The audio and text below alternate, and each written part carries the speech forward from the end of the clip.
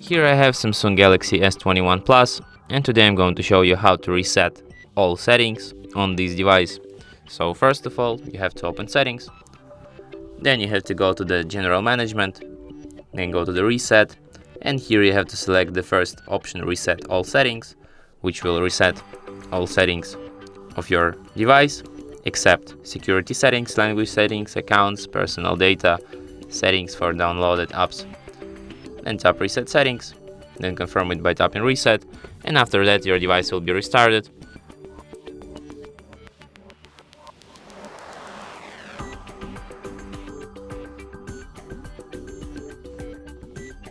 And that's it. Thanks for watching. If you find this tutorial useful, don't forget to hit that like button and subscribe to our channel.